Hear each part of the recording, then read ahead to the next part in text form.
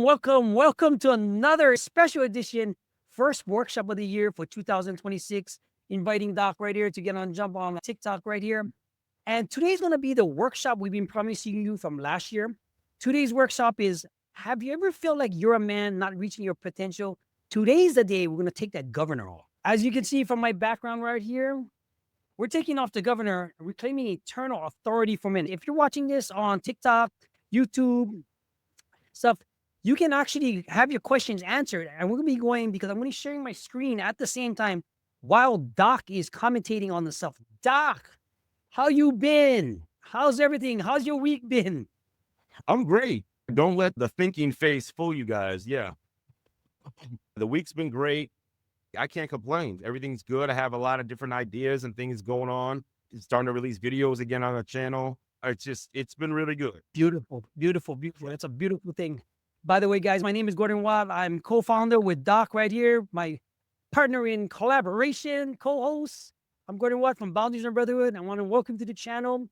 2026 is the year. For the next 12 months, we'll be having workshops like this in between our content so that you can have a better life, at least quarter to quarterly. If you want to work with Doc specifically as a professional level, we do have that option also. By what, Doc, while we get it all set up, what are we going to be covering over this workshop while I get our slides ready? Guys, if you're watching this on TikTok, on YouTube, it's going to be live. So if we make a mistake, that happens. But as the professionals we are, we're going to be able to show you that we can overcome these things. Yeah, let them know. So today we're going to be going over one of the pillars of the Sovereign Man program. We're going to be going over the pillar of self-worth. On this workshop, we're going to be talking about what self-worth is and what it's not.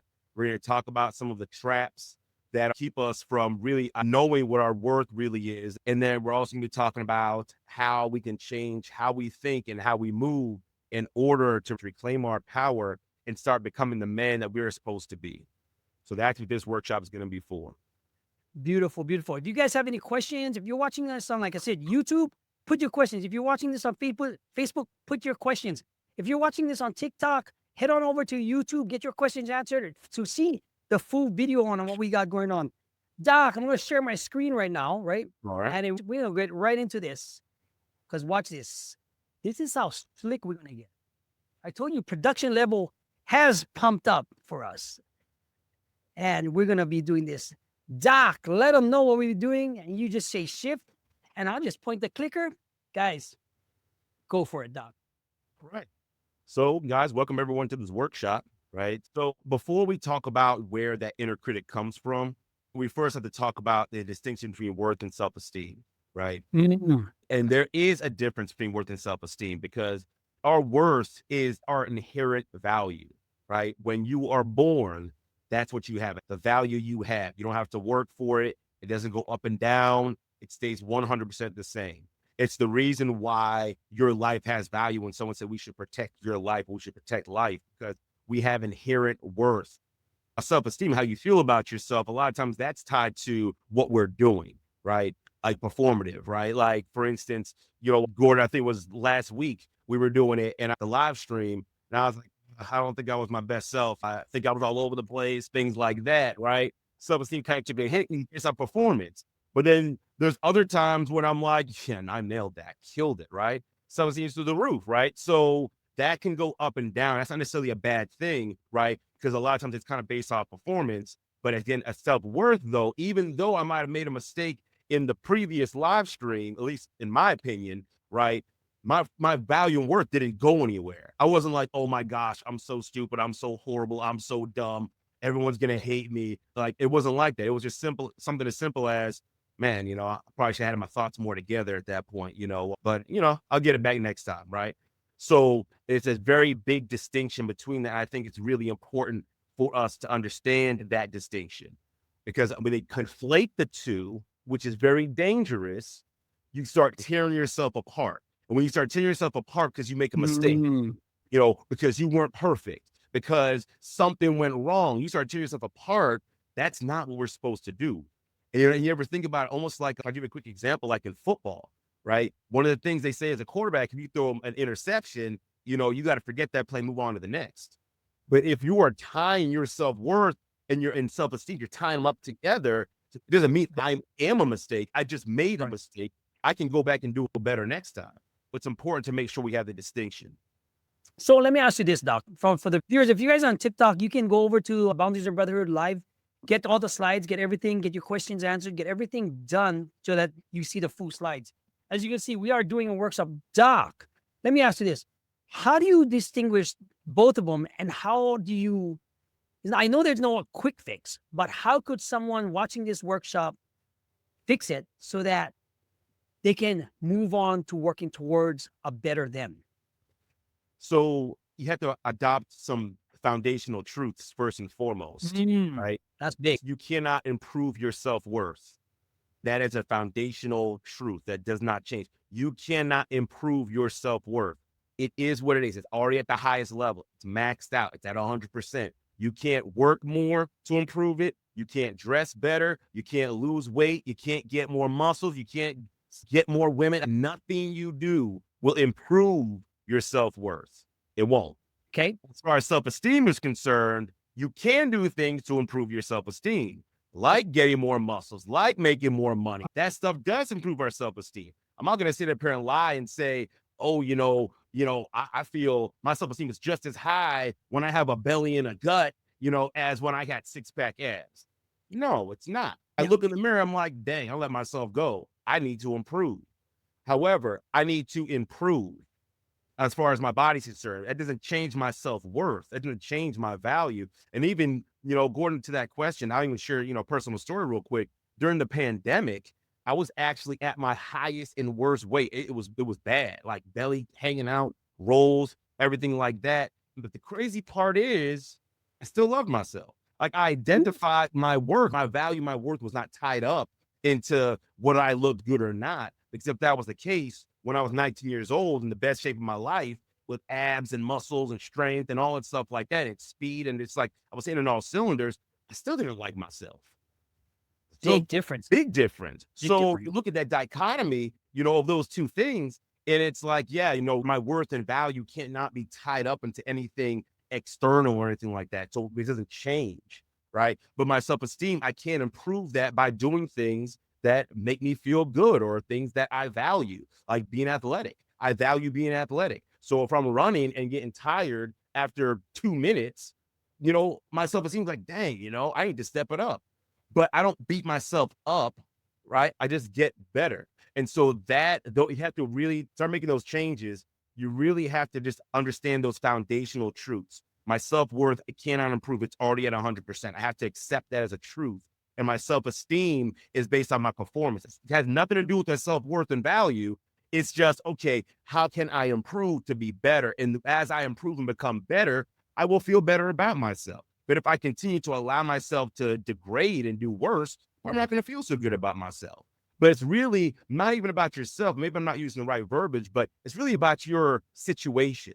It's about the situation that you're in. Not even about you. I don't feel good about that situation. I don't feel good about having an extra 30, 40 pounds on me. I don't feel good about not being able to run as fast. I don't feel good about having my bank account be low. I don't feel good about having that. So I'm just going to do something to change that situation. But as far as me, my worth and value, it's not tied to that. So whether I'm broke or whether I'm rich or whether I'm in the best shape or in the worst shape, my worth does not change at all. Nice. I love the distinction between all of that, because there is an inherent difference between it all. And most people kind of get convolute the whole thing. Now, from a self-led man's point, taking control of life's direction, right? Let's go to the next one, right? How does the developmental window, right, guys, if you're seeing on this step, if you guys want to see this, go on to YouTube. We're streaming it live. How does this slide perform for them specifically? So this is where the governor is formed. Right? Okay. It's formed between 0 to 10 years old. And the reason why it's 0 to 10 years old, because that's when your beliefs are formed. Almost all of your beliefs are going to govern the rest of your life. 95% of them are formed in this window. So a majority of how you're going to be is established before you can even recognize, what's going on in the world, right? So it's really critical to understand that a lot of these limitations that we have been placed on us, we've learned from the different interactions. As you can see here, there is a point in time where we start learning that we can only get attention and love we perform. Because you think about it as a baby, right? Babies, they don't have to do anything to be loved, right? Again, their worth and values already at that, it's 100%, right? And so, we love them, we kiss them, they don't do anything, they poop, they pee, they knock stuff down. All we do is smile and kiss them and love them, completely love them, unconditional, all that stuff like that. They get the same reaction. But then they start getting a little bit older, and our reactions, they have to work harder to get the same reaction. So them just being themselves and smiling, it's not enough anymore. Now they have to crawl.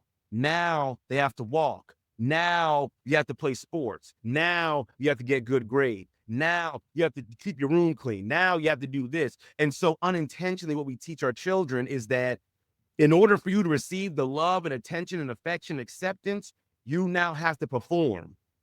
And again, we do this unintentionally, but this is exactly what happens because, again, the kids are trying to understand the world, right? Yes. Kids are self-centered. I'm not talking about in a bad way, but they have to be, because it's like, okay, I'll think of it like this. You get a new job and you're training. Your thought is not on everybody else and how your thought is, okay, I got to make sure I have all the information I need to do this job properly. And so kids, in order for them, how do I operate in this world? How do I operate in my family? How do I operate at school? How do I operate in the community? The only way I'm going to be able to know is if I'm taking cues from the outside world.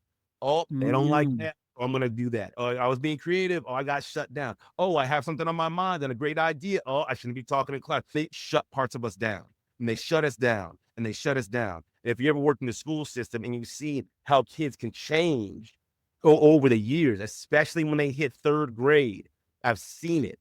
I've worked in a school system and I've seen kids coming from kindergarten to third grade, and you see how the light in their eyes gets snuffed out. You see how the creativity, the joy, the love, all that, it gets snuffed out because now it's like, okay, well, I guess this is the world we're living in, right?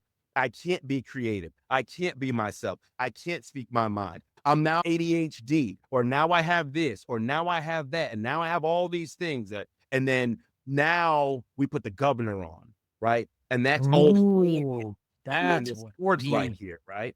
And Yep. so now we have learned that, okay, in order for me to get any kind of attention at all, any kind of love, any kind of anything, I have to perform. And once I perform and we just continue to give the cookie, we continue to give it, we continue to give it, you're right. Oh, yeah, you did great. Yeah, you did great. Yeah, you did great. And then what do we do when our kids mess up? Oh my gosh, how could you do it? And we start lecturing them, right? So now it's like, dang, now I'm getting lectured, or I'm getting beat or anything like that. Instead of being taught, instead of someone saying, hey, where'd you fall short? Let me teach you. No, you should know it already. And so all of these hits we take over 10 years, eventually that governor is formed. And now for the rest of our life, we don't move beyond that. We're stuck in that same place. And you'll see that when you'll start to see men become emotionally unstable, right? And they'll start acting like a teenager, saying things or being petty and things like that. It's like, bro, you a whole grown man with a business and all this stuff like that. But you revert right back to that same age. That's what Indian was formed. So you Right. you can't go past that. So you get stuck at that same spot. And that's where that happens, that how we get stuck. So that's what this is, the identity kiln. That's where this comes from. That's where your identity is formed, where the governor is formed, and where a lot of us get stuck.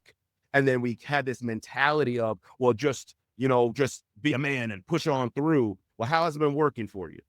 You've been divorced, you're separated from your kids, or you don't have a relationship with your kids. You're always getting into with other people. No matter how high you climb in your company, no matter how far you go, how much money you make, you still don't love yourself. You still think it's not enough. You still are looking at, well, other people are doing better. No matter how much effort you put out, so you have to ask the question, how is it working just trying to push through and keep moving forward?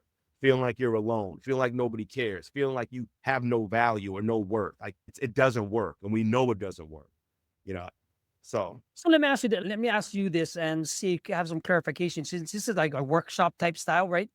Now, when life throws you challenges and everything comes about, the societal expectations, how could someone fix it and do some small things so that they're not in that same situation tomorrow or that right after they leave this video workshop?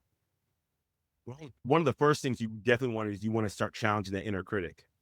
But so I won't go too far into it, but long story short, there's an inner critic we have, that was built when this governor was built, right? Think of it as, think of the inner critic as the guard for the governor. The inner critic's job is to make sure that governor stays in place, right? And let me also say this, a lot of times when these things are formed, they're formed as a survival tactic. This is how Okay. Understand the survivor tactics. school. This is how I survive, right? And the problem is it works. That inner critic worked at one time, right? So you work harder and then you get some of the accolades or whatnot, and it feels good for a small moment, but then all of a sudden, it goes away because we know external validation does not feel anything, right? So that's something that's important to understand, but we got to understand and focus on that inner critic and recognize that that's the person we got to beat. That voice in our head that's saying that protecting the governor, that's protecting those limiting beliefs. That's what we got to beat. And one of the first things you got to do is identify that is what's going on. There's a thought in my head. There's a person in my head that is coming against me. And maybe at one point in time it kept me safe, but now it's destructive. It's destroying my marriage. It's destroying my health. It's destroying my relationship with my kids. It's destroying my business. It's destroying my connection with other people. I no longer want this critic to have any power or control over my life. So the very first thing you want to do is make sure you can identify that voice, and that's not my voice. That is not me. That is not what I believe.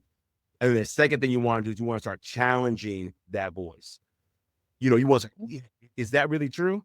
Yeah, nobody loves you. Nobody cares. Is that true? My wife loves me. My kids love me. This person loves me. That person loves me. Because the fact of the matter is, from the inner critic, you challenge the inner critic, and you truly challenge the inner critic with real evidence. And that's the thing. Don't look for evidence to support the inner critic. It is not your friend. The inner critic is saying, gosh, you're garbage. Don't be like, yeah, I know, because I didn't do this, I didn't do that, and I could have done this better, I could have done that better, and all these things like that. You're not doing yourself any favors by siding with the inner critic. The inner critic is your enemy. You need to understand the inner critic is your enemy. It's not your friend. You are at war with the inner critic. So you need to go to war with the inner critic. And you're an ally to yourself. And then you need to challenge it like, no, people do love me. No, I am a good worker. No, I don't have to work to get value. No, I made a mistake, but everybody makes mistakes. That's not a problem. Like, no one's going to be perfect. That's how you want to fight against that inner critic, right? Okay. So it's critical. So I would say those two things, identify that and be able to fight against it. And key note, not in your head. You will not win that war in your head. The inner critic, that is its playing field. You have to do it out loud. I know it might feel weird. I know it might feel strange. It shuts it down. And the more you spend time talking, beating up the inner critic, the less time it's going to have to try to reinforce its arguments and things like that. So it's critical that we get into this mode of making sure we speak back to it, we speak out loud, and we don't stop until it's silenced. Nice. Like, guys, we have a workbook, a worksheet that we can work through that can change and help you challenge that inner critic, because it's got to be dealt on emotions, your belief, where it came from, how you're going to challenge it so you can reframe it, so you can look at life and yourself from a different viewpoint. Because a lot of the times you don't understand, like, some of these beliefs were passed on from, say, your grandfather's self, and you're reliving them from their trauma. What if we could challenge all of that through a workshop, through our course, not a course, but they say hands-on approach, by going to assessment.boundariesandbrotherhood.com so you can get the assessment so we can start working with you one-on-one or as a group. Because that's what we made this group for. Because we want to see you elevate to a situation where you can implement your personal plan to see things so you can have better intimacy with your wife, better relationship with your kids, have the boundaries that you deserve from your coworkers and people that just might be draining your energy. So we're going to go with this one, the performance prison. Yeah. This has the highest incarceration rate in the world. I don't know of any country in the world that imprisons as many people as the performance prison. And the performance prison is, just as the screen says right there, I'm only valuable if I succeed. My only value, my only worth, my worth is tied to what I can provide. This is destroying men Big. it grows in, Big. right? Because Huge. you're time, like, you know what? I work so hard and I give so much and I sacrifice so much and I'm doing all this and I'm doing all that and it's not working. It's like, yeah, that's the problem because what you're trying to do, it doesn't work for something that's I've already done it. maxed out. I've done it. You're trying to work for things that you can't get by working, right? I'm not telling people not to work. I'm not telling people not to succeed. Get the degrees, get the trophies, get the accolades, serve your community, all those things. I'm not saying not to do that stuff. But just know that that's not going to fill that gap of that self-worth that you have. And what you do, no matter how hard you work, no matter how many accolades you get or how many degrees, it does not work. And this is coming from someone who has 3 degrees, bachelor's, master's, and doctorate degree. And I guess 4 if you kind of associate, it doesn't work. I did not feel like, oh my gosh, now I'm really the man because I got a master's degree or a doctorate degree. I got licenses and accredited supervisor and all these things. It did absolutely nothing to my worth. Why didn't it do nothing to my worth? Because your worth is not something you can earn. It's something you already have. I was just about to say. You just have to accept it, right? Doc is going. Go ahead, Gordon, because Here's the situation, right, guys? Perfectionism, it's good to strive for things that you want in life and stuff to say, but you have to have the right reasons. It has to be something that you internalize for yourself because if you're going to use these accolades to perform, like say you want the big company, you want to be on the Forbes 500 list, but you're a wreck at home and you can't hold a sustainable relationship, not just with your kids, your wife, and everybody else, because I used to be that person, right? Because you could have everything materialistic, everything that you could ever want, but all was for what? Covering up my imperfection and flaws to get the attention from people that really didn't matter. Now you speed that up to today's world with me, my kids, my wife, and everything. My biggest flex is me handling situations with a specific calm. It comes from the crap you've been through that you don't give yourself enough power for, right? When performance is tied to identity, like the schedules, failure creates an existential threat, right? Because now it's ego, right? Then it's not just a mistake, like Doc said. It's something that will destroy you. And by the time you figure it out, it'll be too late because by that time, you have lived more life on this earth accomplishing the worthless things versus remaining what you have left over. That's kind of deep. And now I want to add to this as well, is that what it says, like, it's annihilation of self. Because here's the thing, we don't look at the difference between guilt and shame, because this performance, and when you're in it, you're generating a lot of shame because you're tying your worth to what you do or what you provide. And when you do that and it's not enough and it's not working, that means you're worthless. I mean, think about it. If I'm paying you monopoly money and I'm giving you hundreds and thousands of dollars of monopoly money and I'm not getting anything for it, and I'm thinking this is the best I got, then guess what? Then my effort was worthless, right? So 100%. then it builds shame, and then that shame sits there and we don't talk about it, and it builds and it builds and it builds. We start tearing ourselves down and tearing ourselves apart. And then we start thinking, crazy things. They think like, I don't want to be here anymore. Nobody cares about me and nobody loves me, or my efforts are useless or worthless and things like that. So this is a really dangerous place to be, this performance prison.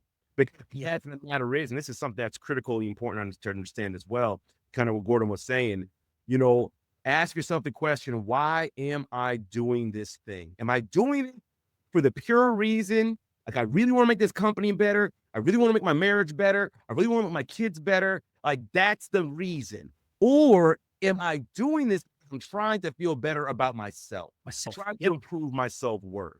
And I'll be honest, there are a lot of men in positions, like leadership positions and things like that, that are not there for the betterment of the company. They're there because they're trying to fill the void of self-worth. And you see it show up. When someone comes along and they're better than you, you start having an attitude. You start having a problem. You don't like it. You're trying to squelch them. You don't want anyone to be better than, like, you start doing that, right? Because now it's like, oh, someone's coming to take my spot. If I lose my spot, I lose my worth.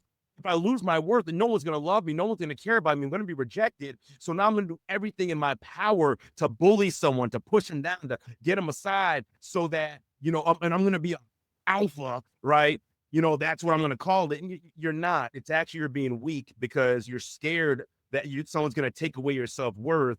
But if you just understood the fact that no one can take your self-worth, and you recognize that, hey, I'm here to build everyone up around me. And it is a joy and a pleasure and an honor to mentor people and support people and have them rise above me. Absolutely. Like, that's the whole part of legacy. We're nowhere near that yet. But I'm just saying, you have to ask yourself that question. Why am I actually doing this thing?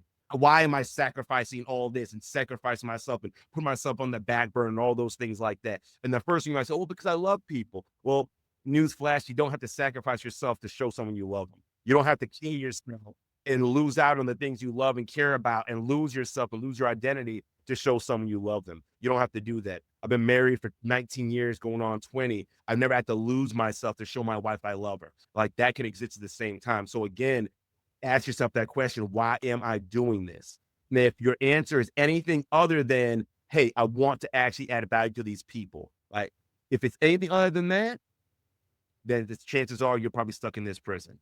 Nope. Yep. All right, let's go. Some survival strategies, identifying the mask.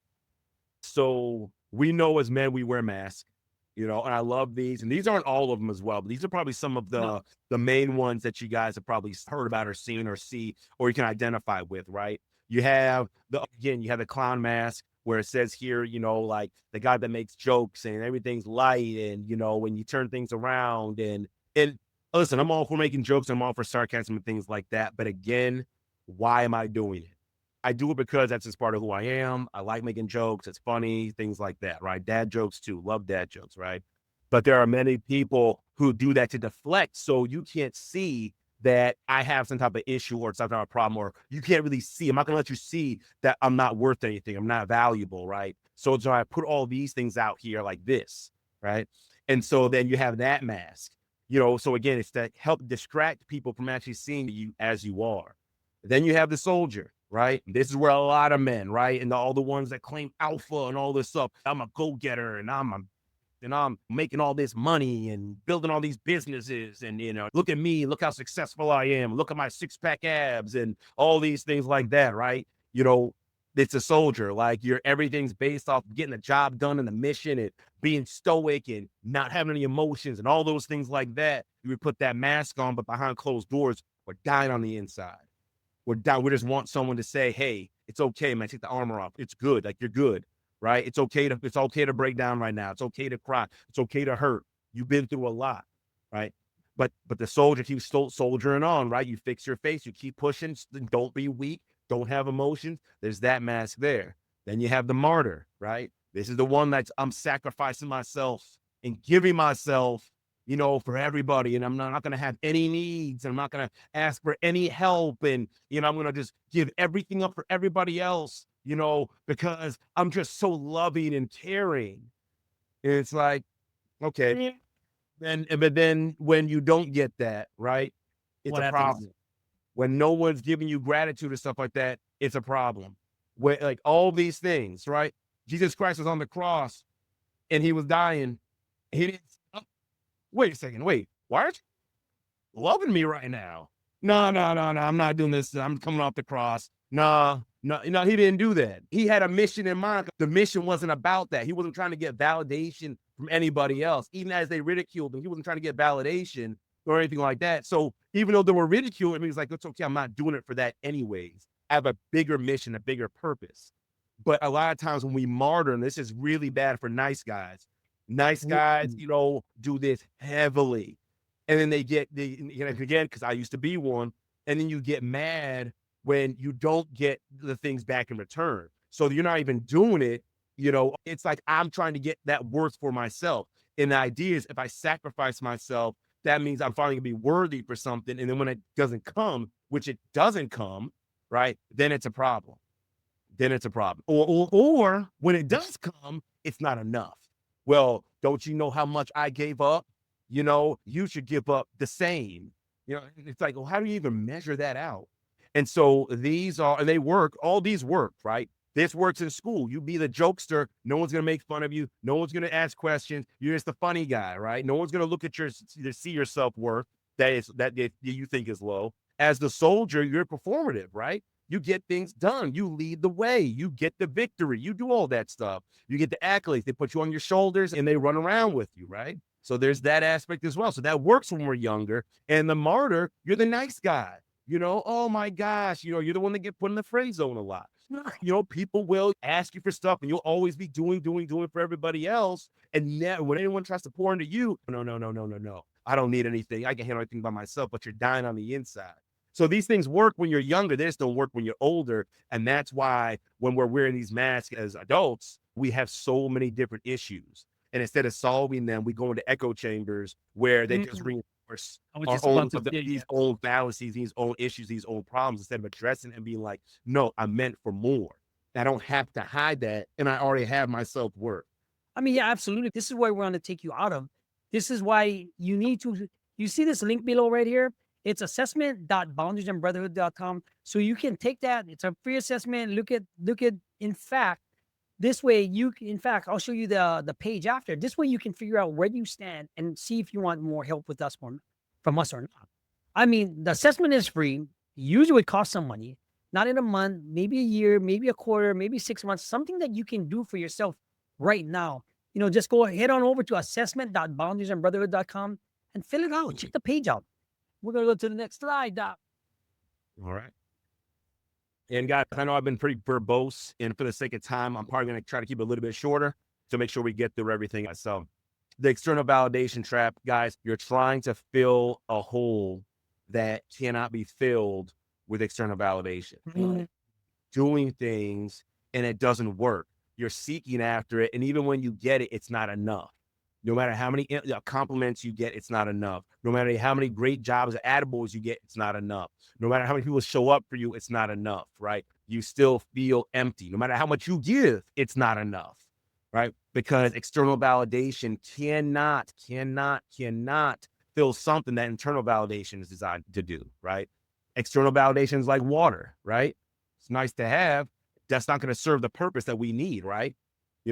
Internal validation, when you know for yourself, this is who I am. I know my worth. I know my value. I have my boundaries and I protect that stuff. And I know how I want to be treated. And I walk in that. That's the only way you're going to be able to walk as far as that's concerned, when you have that internal validation from yourself. That's the most powerful voice you have, right? The value that you're giving yourself. And so as the external validation might give you a quick little boost, might feel good for the moment, but it doesn't last. That internal validation, that's eternal. That will go on forever. So that's what we need to be making sure we give ourselves that, and not keep seeking these little breadcrumbs of external validation. Think of it like this. External validation is like the icing on the cake. But if there's no cake, and internal validation is the cake. If there's no internal validation, then no matter how much icing you have, it's useless. External validation should be validating what you experience internally, right? I'm validating what you believe internally already. So that's why outside of that, it doesn't work. You have to believe it inside yourself first, and then the external validation, that will tie in. That will work. That will make you feel good. Again, might boost your self-esteem to some degree. You really got to focus on getting the internal validation from yourself, knowing yourself, who you are, what your value is, and what your worth is, instead of seeking outside validation. Guys, if you want to see the slides that's going on here and from TikTok, that's where you have to go to the channel, boundariesandbrotherhood.com. Doc, how important is it to understand the external validation trap? Because a lot of us fall into that trap, whether it's outside sources, ego, all this other good stuff, pride, dementia, the damaging effect of having that, sleeping with other women just to feel good about yourself. There's some other examples. Mm-hmm. How can we change that? Well, it affects us because, again, when you're sitting with yourself and you're looking at your life and you see that you're not satisfied, you see that you're not making connections. You see that, all the things that matter the most to you are not panning out, right? And it's not you have to understand that, well, yeah, because that stuff, that's all decorative. That's all nice, but it doesn't do anything for you, right? You wouldn't buy furniture for a house you don't have. You just wouldn't. You wouldn't buy tires for a car you don't have. But that's what we're doing. You need to look at it like that, right? The external validation, that's just extra. It's nice, but it's just extra. It has no value at all outside of, validating what is inside of you. So if you don't believe it, if you don't believe that it's your, because how many times have we as men, oh my gosh, you're so great, man. Thank you so much. No, it's nothing. I'm not that big of a deal, blah, blah, blah. That's not humility. That's self-deprecation, right? Someone says I did a good job and I know I did a good job. Yeah, no, thank you. I appreciate that. No, it's not that big of a deal. It's not that important. It's not that. That's self-degradation. Like that doesn't, that's not good. So long story short, as far as it being damaging, it can be very damaging. That's why we got to make sure it's the internal validation we look at, not the external validation. All right. So it brings us to our next one. Yeah. The warning signs. Chronic dissatisfaction. No matter how much success you get, it doesn't work. It doesn't do anything for you. Maybe you feel good for a little bit, but then it's like, okay, here's another one. Diminishing returns, right? You get more, you keep going and doing more, but no matter how much more you get, no matter how much more money you make, no matter how much more progress you make, it feels less and less and less and less, right? Something else is you start outsourcing, under the power outsourcing. Everyone else is the problem. You spend a lot of time blaming other people, complaining about other people, and things like that. As far as the emotion withdrawal, especially if we don't express our emotions as it is, we start pulling back even more because it feels like, well, nothing I'm doing is mattering, right? So why would I continue to kind of pour out or open up, or I don't want to be hurt, or whatever the case may be? These are some of the warning signs of that, right? Another warning sign that's not on here is kind of what I was saying before. If you're doing something and you're expecting all this adulation, all this love and all this stuff to come back as a result of you doing it, if your intentions aren't pure, that's also another sign. Why am I doing this? That's a very big sign. So in stopping to ask yourself these questions, it's going to be really critical as well. Why do I keep sacrificing myself? Why do I keep blaming everybody else instead of taking control of my own life? Why am I doing these objectives and things like that? Am I really doing it for the betterment of mankind and my family and everything like that? Or am I just trying to fill a hole in myself that can't be filled that way? Asking yourself those questions, really stopping to do that, it's going to go a long way so you can recognize patterns and start changing them.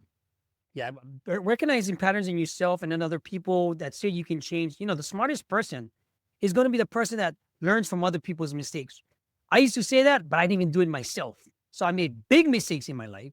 But now I look at other people's things, the history, what they're doing, change their behaviors, looking at patterns, looking at things that are going to affect me and move me forward. Recognizing these patterns in other people makes me not want to be that. And, it goes to the next slide, right? This is a big one. It's time to stop being the character in your own story and be the pen, be the author. Doc, explain this one, because I know this is one of your favorite quotes. Mm-hmm. So when it comes to this, we outsource everything else, and everyone else is either the problem, or you look at yourself as you're the problem, that you can't ever do anything right. As you say that, you are creating a story and a narrative in your mind, and it keeps repeating over and over again. Your inner critic is the loudspeaker for, because they keep saying these things over and over again. And then they will start taking all the negative things in your life and trying to reinforce the story over and over and over again. That's why I said you have to start talking to that inner critic, and fighting him back with actual evidence, right? Actual evidence, because you have to write the story. You have to write the story. You are the author, all right? I hate to say it, but we are the engines of our own either health or destruction, right? It's right now because the story you're telling yourself. If you're telling yourself I have to work for love, that's why your life is so miserable. If you're telling yourself I'll never be good enough, and then you start looking for evidence for that, you're creating that. You can say, no, Keith, but I was abused, or no, Keith, you don't understand my wife, or no, Keith, my parents, or no, Keith, my culture, or my religion, or whatever the case may be. You have the opportunity to change that, because guess what? There is someone else who's had it worse than you. Not let their circumstance dictate what they were going to do with their life. It did not let their circumstance say what the worth of their value is. They were talking about this baseball player, who they said, well, I guess he was just like horrible, and he didn't listen to them. He went on, I guess, to be some great baseball player, Pete something. I don't know. I don't remember what the guy's name was. But long story short, he was able to write that story. And just like the whole inner critic I had that nobody loves you, nobody cares, all these things like that, I had to start challenging him, and I started writing my own story. And once I started writing my own story and started shutting that stuff down, guess what? He started losing power. And now I'm able to walk in abundance and walk in love and walk in connection and know my worth because I have the pen. I decide how I want my day to go. I decide how I want to feel. I decide what I think. I don't leave it up to chance. I don't say, well, that's just how I am, or that's just my biology, or it's just my culture, or this is just how it is. I don't resign myself to anything like that. If I don't like how something's going and it's in my power to change it, I'm going to change it. The thing that I have the absolute most control over in my life is me. As you. It's just the same Is thing. you. So if you want the situation to get better, then take the pen out of the inner critic's hand and you start writing the narrative. How you want your life to be better? Write about how it's going to be better. Look for the good. Have more gratitude. Master your emotions. Make your life better. As you make your life better, as you make yourself better, because you have the power to do so, then you're going to see the results. You got to start writing the story, right? And that's what's so critical. You got to make sure you do that, right? Guys, if any of this resonates you, or you can actually say like, oh man, that's what some of the stuff I've been going through. This is why we want to provide you with other tools, other things that you could use. We can't do it in our synthetic workshop here. We just want to make you aware of it. And there are changes because we have the products, the services, and everything else that you just have to reach out and take some action. The action that you have to take is going to help you both in a way that you would not even recognize yourself after 3 months, 3 years. Imagine yourself right now. If you don't take any action now, 2026, 2029, you still be the same. That's unfortunate, but some things like that do happen. And take it from a guy that's done more than 10 plus years in prison, right? So if you don't do something now, why not reach out to us? You drop us a note in the assessment, or reach out to Boundaries and Brotherhood at gmail.com.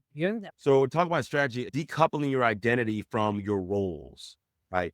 It's just so critical, because we as men, what we do is we are so heavily tied to our roles that we don't even know who we are anymore. You take away all of our roles, father, husband, business owner, doctor, lawyer, therapist. You take all that away, and then someone will go, who are you?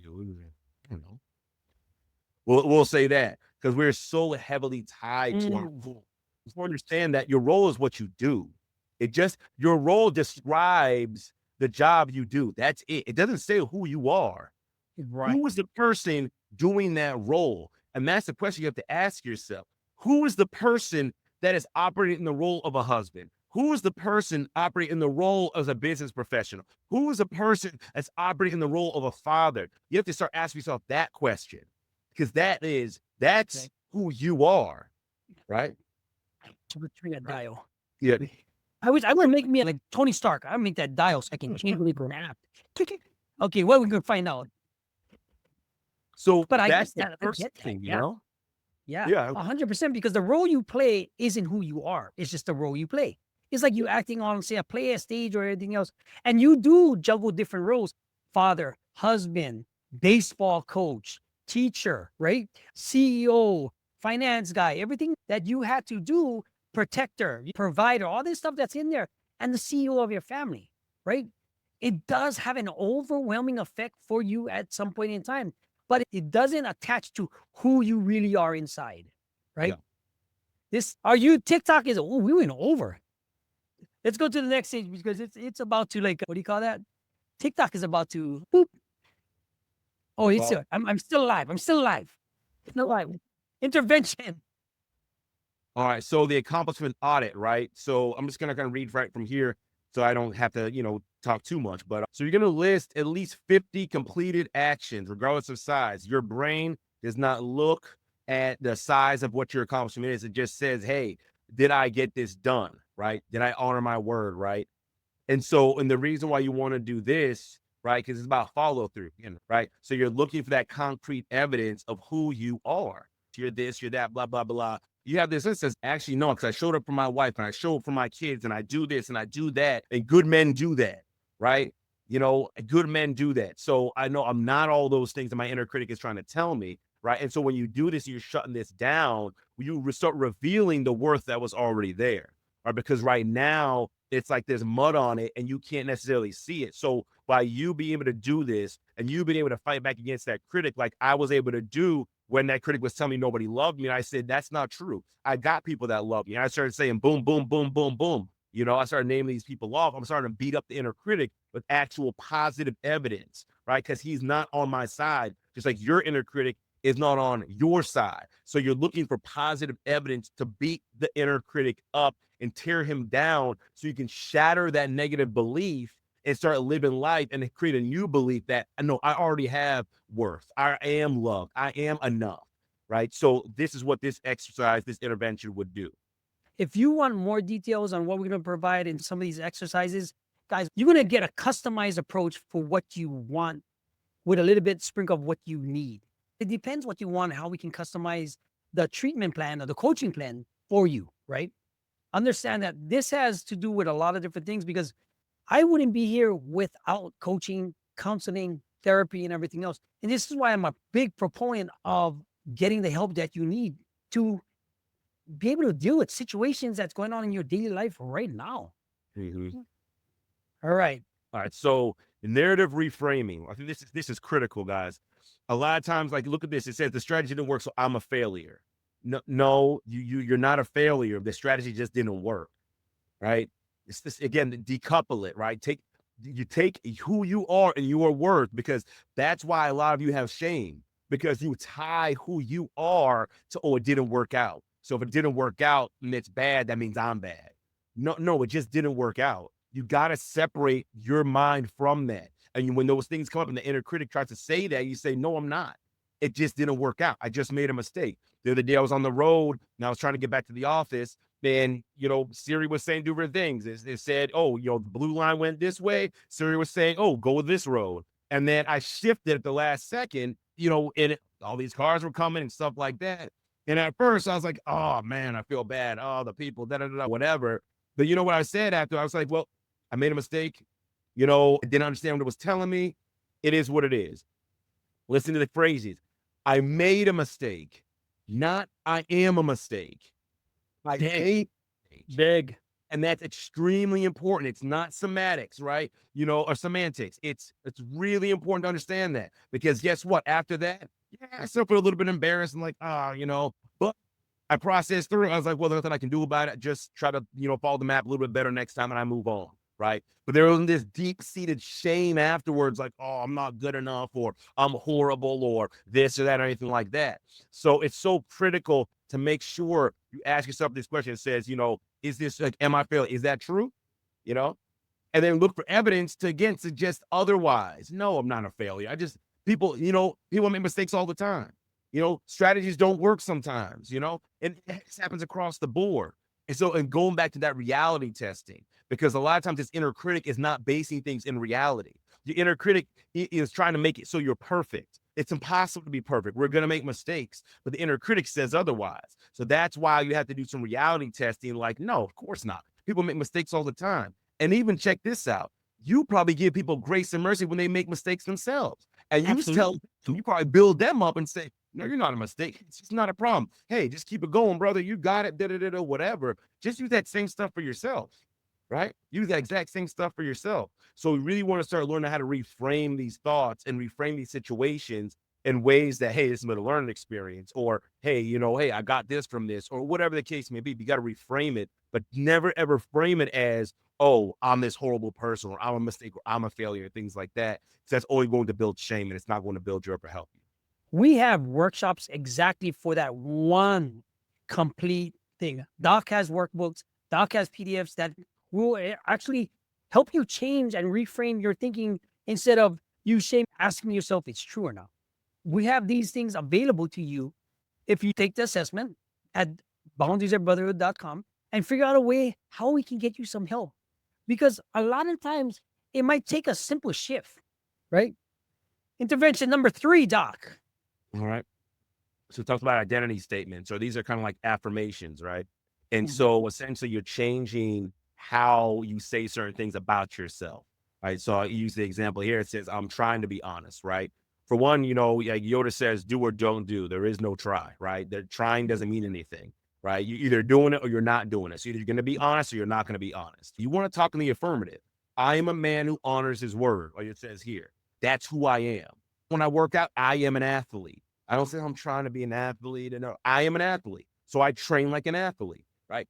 I am an honest man. I am a faithful man. That is who I am. It's not what I do. It's what I am.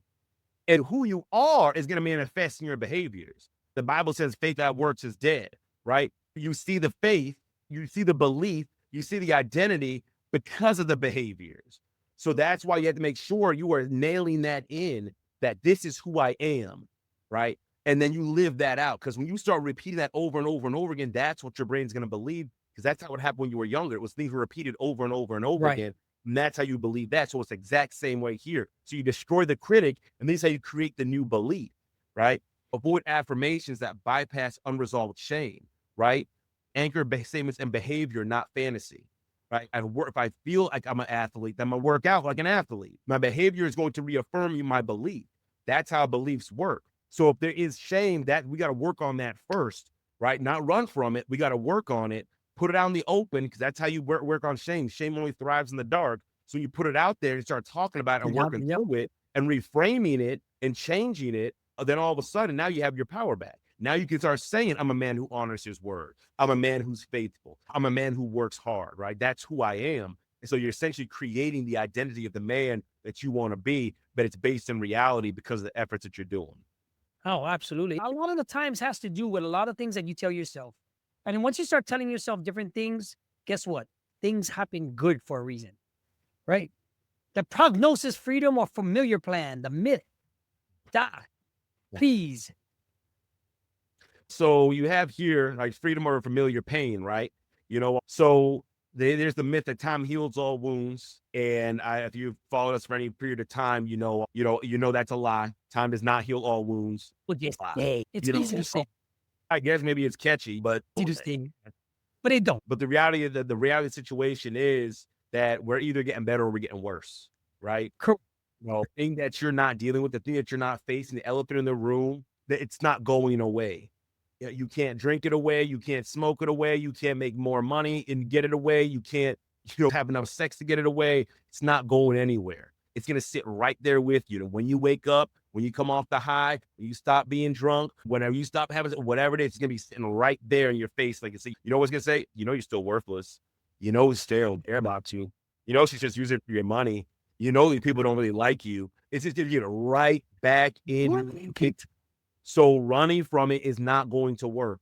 It didn't work for you all these years. It's not going to start working now. You can't run faster. It just doesn't work. It's going to be there. So you have to face it. You have to face. That's where your freedom comes from, right? You've created a jail for yourself based off these things. Your freedom comes when you stand up and recognize, literally push the door open and walk out. Like, you have the power to do that. So you have to do something. You have to take action. And so it says right here, like, awareness without action only strengthens helplessness. Movement creates nervous system safety. You actually got to do something. Just knowing you watch our videos and you do these things, that's a great point. That's a great point. Yeah. Oh, man, they hit it. Oh, man, Gordon. Oh, man, Keith. That's all well and good. But if you don't do anything with that, then you start making excuses. The inner critic says, yeah, it's good. And that probably works for most men, but it probably won't work for you. You have a different problem. You have different issues. You're so unique. No one in all of history has had the same, right? And then we believe that. And then we walk away with our head down, thinking like, yeah, you're right. I'm the only person going through this. I'm the only person struggling. It's not the case, man. We're dealing with the exact same thing. And there's a way out. There is freedom. You don't have to stay stuck. You don't have to do it alone. Your change can come right now. It doesn't matter how old you are. You're in your teens, 20, 30, 40, 50, 60, 70. It's not too late to change and start living life. It's not too late. But you do got to put the work in. And I think that's what's critical, and that's what's important to keep in mind. This is the big one for me, right? Down here at the bottom. Stop waiting to feel ready. Take that governor off. You've been holding yourself back for so many years in even any situation. I'll give you a perfect example. If I waited to start my family instead of taking a chance and doing something about it, I wouldn't have my kids right now. I wouldn't have purpose. I wouldn't have validation. I wouldn't be able to be a second chance at being a dad or anything else like that, right? But understand that stop waiting to feel ready. Nothing's going to be perfect. Nothing ever is going to be perfect. You can make yourself the best version of you to handle all the situations, but it'll never be perfect. If you want it to be perfect, I wanted to just let you take the assessment, scan that code right here, subscribe to us on Boundaries and Brotherhood right here, and get the tools you need to figure out what we got going on. As you can see right here, scan that code, go to Boundaries and Brotherhood on YouTube, and figure out what we can do to help you get to where you need to be, because we have everything in place for you to succeed. And that start is, you're the key. You've always been the key. You're the pen that writes your own story, and stop being the character in there. Doc, man, this was a pretty damn good one, if I do say so myself. Yeah. Guys, if you want to know, like, who are we and what we're all about, right? I want to show you this, right? Let's get this thing out. We're Boundaries and Brotherhood. We're a brotherhood that, we believe in improving self-worth, self-esteem, having emotional mastery, taking accountability for all the things that you do in your life, and to be able to master communication. And those are just some of the subjects we have going on. We do have the 7 pillars that might get you on your journey to where you got going on, because this is what Doc is a professional. This is what he does for living. He's clinical. He's a therapist. And what me and him did was partner up so that you can understand that you can get the help you deserve and need from people from my side of the streets to a professional side of the streets. Right? Yeah, that makes sense. I mean, We'll close them out now. like I said, I'm just a supporting.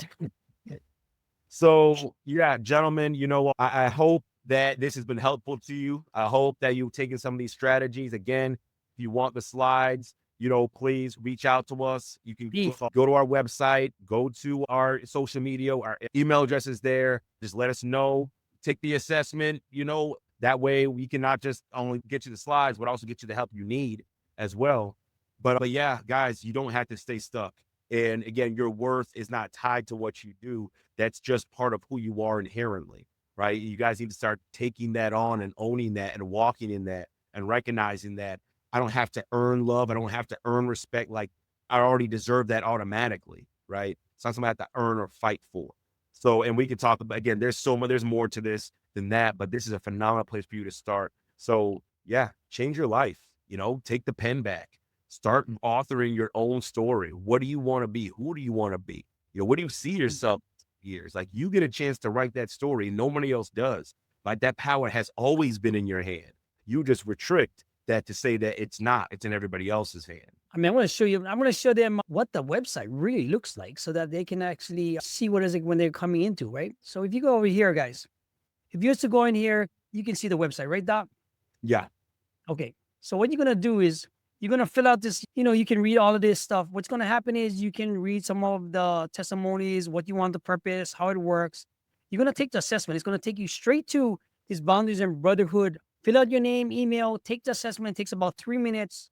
We will get back to you. Me and Doc look at that completely every single day, because this is where we're going to help you out one-on-one and get you in a group where you can have supportive men, not just bash you, but actually support you. We live from business to using tools to getting into things to help you move forward with your life, having a better relationship with your kids, family, wife, intimacy, everything. This was our first workshop of the year. Look for each one at the end of the month, unless I end up in the hospital or something, like the last one with my appendicitis. But guys, it's been an honor and a pleasure to serve you guys, because this is what it's all about. Men serving men in the right capacity so that they can be the best version of themselves. I'm your host. I'm going to close out. We'll see you next week. Yes, we'll see you next week. We're not going to bash you. The goal is to help reveal what's going on, talk about it in a safe, open place, and then help us to start making progress towards the man we want to be, right? So I just want to put that out there. But guys, Dr. Keith Fairclough, I'll see y'all next week. Take care. Have a great and blessed week. And we'll see you soon. And you're never alone, right, Doc? You're alone.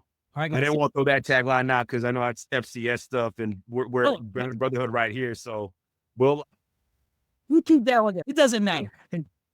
Thanks, Earl. We'll see you guys next week. All right, y'all. Y'all Hope you take guys care. enjoy. Bye.